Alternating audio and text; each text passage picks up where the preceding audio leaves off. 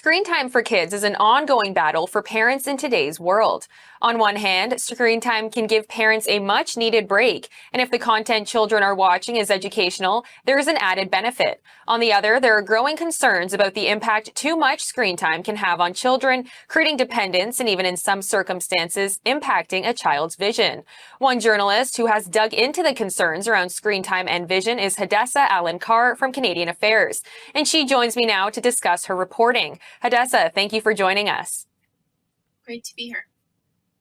Now, in your reporting, when did experts start to see an issue with screen time in children's eyesight, and what are the conditions were being reported in regards to screen time?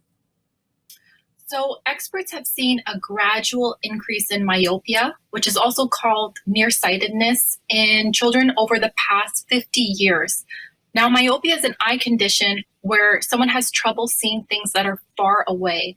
And this used to be less common in children. And for the children that did develop this condition, it used to start around 12, 13 years old. Now, experts that I spoke to said it's common to see young children with the condition, young as in 3, 4, 5, 6 years old. And studies show a big part of this increase is kids spending more time indoors. There's still ongoing research on whether screens play a big role, but eye doctors told me that holding any object close to the face for long periods of time can lead to myopia. We know that kids have more access to screens than any other generation before them. So experts think that more time on these devices indoors could be leading to this condition, but more research is needed. Now, you mentioned myopia. Just how bad is this issue getting, and what are the symptoms associated with it? So the World Health Organization estimates that in 6 years, 40% of the world's population will have myopia.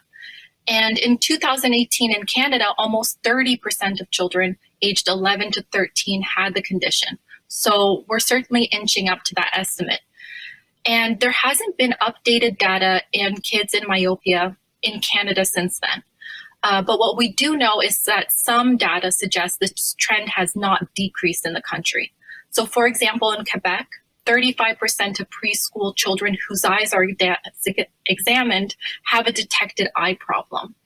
And the fact that myopia is increasing in kids matters because there is no cure for myopia. Any treatment can just slow down further damage. That's what makes it essential to try to stop it from developing so early on. In the short term, we know that it will affect a child's ability to learn. If they can't see what the teacher is writing on the board or their lesson, they won't be able to learn to their full potential. But the bigger problems start in the future. Myopia can lead to other eye problems developing as an adult. And this can include a greater chance of getting eye cataracts where the lens becomes cloudy, or even more severe diseases that could lead to vision loss. And what has been the response of medical professionals at the potential link between screen time and vision issues? Well, there is definitely a link between myopia and looking at an object that's held close to the face for long periods of time.